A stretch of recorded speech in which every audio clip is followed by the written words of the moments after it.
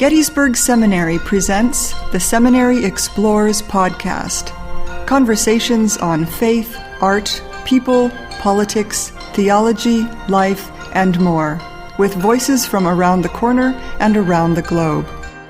Declaration on the Way, what it means for Lutherans and Catholics and for the entire ecumenical scene, with someone who was actually in on the creation. Hello, I'm Jerry Christensen, and this is the Seminary Explorers. Our guest is Donald McCoy, former bishop, or I should say retired bishop, Bishop Emeritus of the Southwest Pennsylvania Synod of the Evangelical Lutheran Church. He was also a staff member for the Declaration on the Way, therefore was in large part responsible for the book we're going to talk about today. And he has been the assistant to the Bishop for Ecumenical and Interreligious Relations of the Evangelical Lutheran Church in America. The Declaration on the Way, what does it mean, and how did it unfold? Well, one of the important things to note is Cardinal Casper, who was the head of the Pontifical Council for Promoting Christian Unity, had done a harvesting of the fruits of 50 years of agreements. And then he retired, and Cardinal Koch took his place as the president of the Pontifical Council for Promoting Christian Unity. And he said it was good that they had the harvesting of the fruits, but it was important that we would do something concrete with this. And so he proposed that there would be an opportunity to do a declaration in three areas, important areas: ministry, the Eucharist, and the church. He made the speeches in Germany, and a German theologian, one of our excellent theologians, Harding Meyer, was a person who heard the speeches, and he wrote, because he said this could not be done in Germany right now, but he wrote to Bill Rush, who shared with me the possibility of doing this Declaration on the Way. I wrote to the U.S. Conference of Catholic Bishops and asked if they would be open to considering this, and our good friends there said yes, which was very important. They because we couldn't have done it. No partner, no agreement. Right, exactly. And I think the timing was just perfect for this to unfold. The staff of the U.S. Conference of Catholic Bishops, the chair of the Ecumenical and Interreligious Committee of the Conference of Bishops, Bishop Madden and Father John Crossan, were very instrumental in putting together some top theologians. And what we wanted to do was to explore how we could look at these three areas using existing international dialogues. And we did use one American, but most of this was done of things that had been done over the years. And we selected 32 statements or agreements of things in these three vital areas which we said were not church dividing and could become central to our understanding of our unity in faith. I don't know that we had a number when we started out, but it developed into 32 statements or agreements that we knew that we could, I will use the word celebrate, because we were able to say these are things that we agree upon. And disagreements? There are disagreements that are also listed in the things yet on the way to be resolved. On the way, exactly. Actually, that's very true. And even among the 17 areas that are in the book on the Declaration on the Way, they are areas where some of them will be very challenging, but there are also some that we are pretty well in discussion and will probably find a way forward. even says in those very disagreements, it sometimes says this one is not church dividing. That would be accurate, very accurate. But some that says these are very serious and need to be worked on further. So absolutely, it's an honest document. Yep, it is. It's a very honest document. When the Evangelical Lutheran Church in America voted in an assembly to receive the Declaration on the Way, they voted on not the whole book. They voted on the 32 agreements, which was important for our moving forward. So that became the foundation not only for our unity agreements, but also a way in which we could also look at the other areas that were listed where we have work yet to do. Before I ask you about the significance, and it is, I think it's quite remarkable and is significant in many, many ways. Exceptional. But before I ask you about that, who are the partners specifically in this? The ELCA is a big organization. The Catholic Church is even bigger. Yep. How were these two partners related? Who represented them? There's a regular dialogue that takes place between the U.S. Conference of Catholic Bishops and Evangelical Lutheran Church in America. We have some very fine theologians on that commission, but we ask that we would have a separate, I won't say a dialogue, separate working group who would be able to do more than the harvesting, but move into a declaration and be able to use those language. So the Catholics had Susan Wood, Dr. Susan Wood from Marquette, Brian Daly from Fordham? Notre Dame. We'd get it eventually. And also Jared Wick from Columbus, Ohio, retired Luther, actually, scholar, and a great contributor. For the Lutherans, we had Dr. Catherine Johnson, Dr. Joy Schroeder from Trinity Seminary.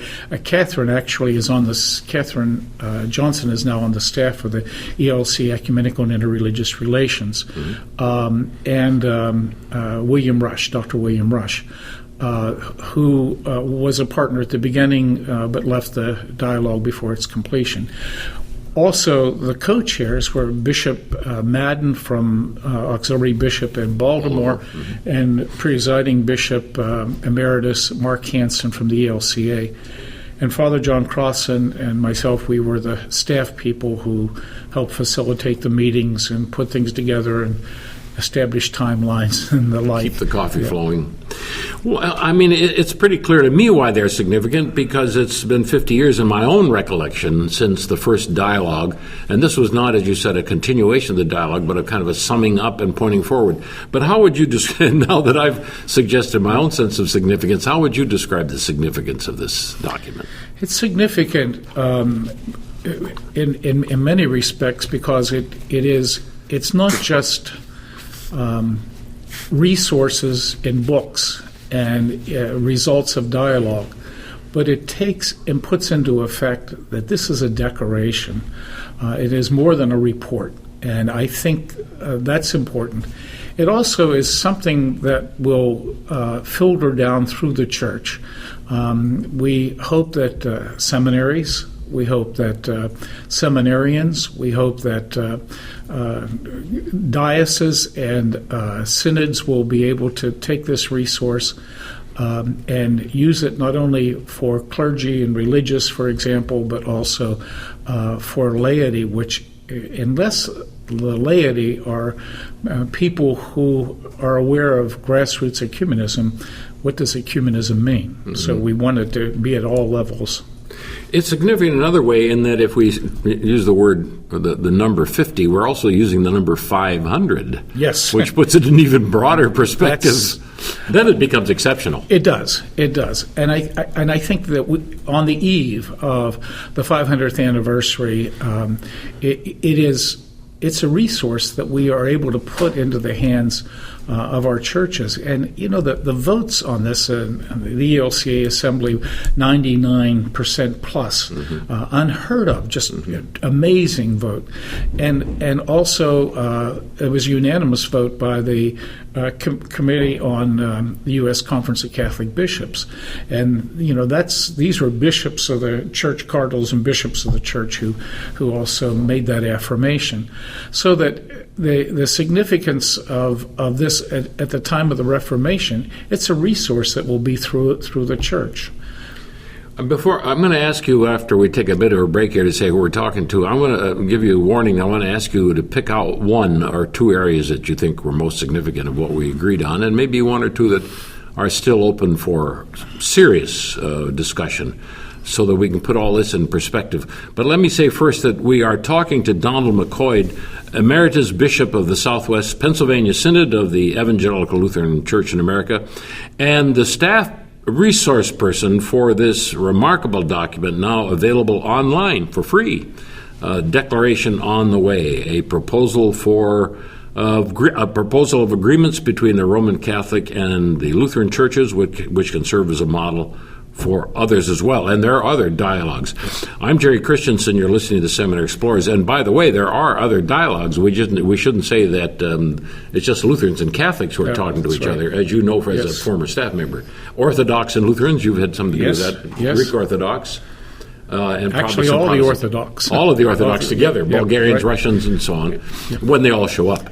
Yes, Bulgarians are a little bit slow to show up. Give us an example of one of your favorite areas where we have come to some serious kind of agreement on this level. When you talk about the church, ecclesiology, it's so easy to say, we have differences and we know them, where is the true church, etc. So how do you build upon an understanding of ecclesiology, of the church? This document, in a very fine way, makes, whenever I introduce the Declaration on the Way, I make the audience read the 32 statements of agreement. And the reason for that, I also preface it by saying, as we read through this, picture this as a litany lifted up to God. And as you read it, you really find out that's the case. When you think about ministry, you think about the challenges of differences. We ordain women, but the Catholics do not. We have differences in understanding of ministry. The Eucharist, we have pretty good agreements, and we have had those, about what happens. But who can do it? How can it be done? Yeah. And this book addresses those things that are not church dividing in all the areas.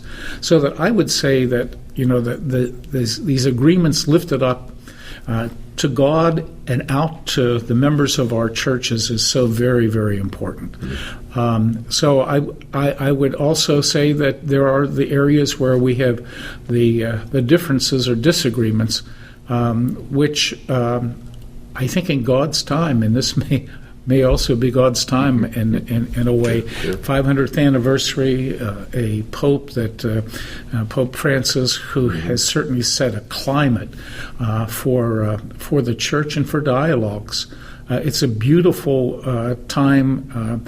We look at the Reformation not as a celebration of 500 years, but we look at it as a commemoration, but also as an opportunity. The Pope will be in Lund, Sweden, on October 31st. We don't know what will be said, but we think it's one of the results will be a cooperation in doing diaconal ministry throughout the world. This is God's world. We know that people are living in poverty. There are people who are hungry. There are people living in disease. There is places where there's violence. We need to be able to join hands. And that's more than just the theological understandings, but it's also maybe next steps as well. in my own view, and yours may be different, and I'd like to hear that, to me the goal would be when we become fully welcome at one another's table, that is, we can each share in the communion. The other issues will have to fall into place. They're not easy to be resolved, and we can talk about that. But that would, to me, that maybe that's, as someone said in our presence recently, that can only be realized in heaven. But I don't know. This may be that moment of Kairos you're talking about. Yeah, I think it is not something that's impossible. At the ELCA Assembly, Bishop Madden lifted up a chalice which he was given as a gift. He had been asked, does this declaration on the way bring us closer to being able to share the Eucharist together? And his answer was yes, it brings us closer. And then he held up the chalice that he was given and said, I hope soon we will be able to do this together. How the decisions are made or where they will be made, I don't know, but it's very much before us. Wouldn't it be great if Bishop Madden could use that in one of the first Eucharists we have together? Use that chalice. Absolutely. And he was well received when he said that? A standing ovation that was prolonged. People were so excited and so hope-filled. I think that's very, very basic. I'd like to ask you what's holding us back, but let's go on to something a little more positive, because we want to know how is it that people like myself and others who are listening will be able to share in these declarations. Is there some plan for sharing the agreements? Yes. If you open the book, you could certainly, the Declaration on the Way, you could certainly read through the agreements. And then you could look at the areas where it needs continued work. You can, there's a lot of things that could be looked at and discussed. But how do you discuss it? So Catherine Laurie, who is the executive for ecumenical and interreligious relations, and Catherine Johnson, two Catherines in office, will be putting implementing a way in which to provide a study guide. And the study guide is a way of keeping people on task. That happened with From Conflict to Communion. A study guide helped people be able to get into the areas of agreement. That's a wonderful resource. So now we have the Declaration on the Way, and I think that when that's completed, the study guide, it will make it very easy for people to have good discussions. I don't want to paste over. We're not trying to just skim over real issues. We're trying to point up the positive. But one or two people have observed to me, and I'm sure many have observed to you, that this is not a great time to try to get people excited about ecumenical relations. And the observation has been, I'm not sure how you would feel about this, that it isn't that because they disagree with it, because I'm sorry to say they probably don't much care anymore. This is not the 1960s when we were all hep on this. What's your perception about how this might be received by those of us, let's call us the people in the pews? Yep.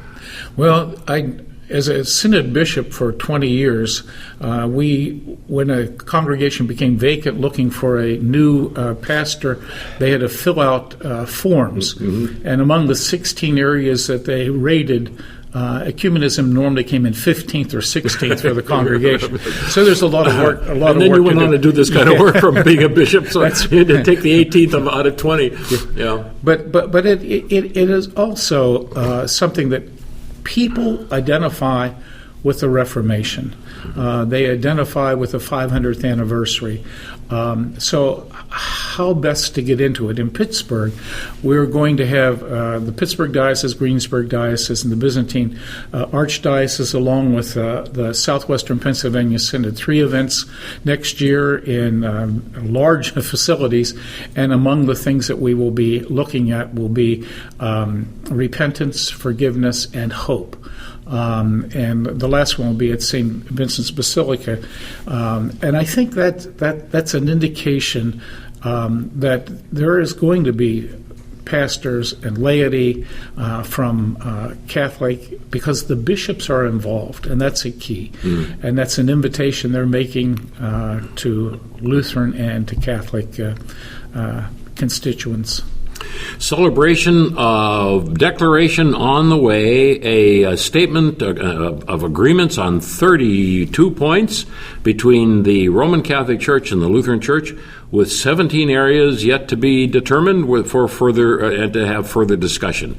We've been talking to Donald McCoy, the Bishop Emeritus of the Southwest Pennsylvania Synod and staff person for the Declaration on the Way, representing the Evangelical Lutheran Church in America. For the Seminary Explorers, I'm Jerry Christensen. Have a very good day. You have been listening to The Seminary Explorers from historic Seminary Ridge in Gettysburg, Pennsylvania, a production of Gettysburg Seminary. We invite you to visit our website at www.ltsg.edu.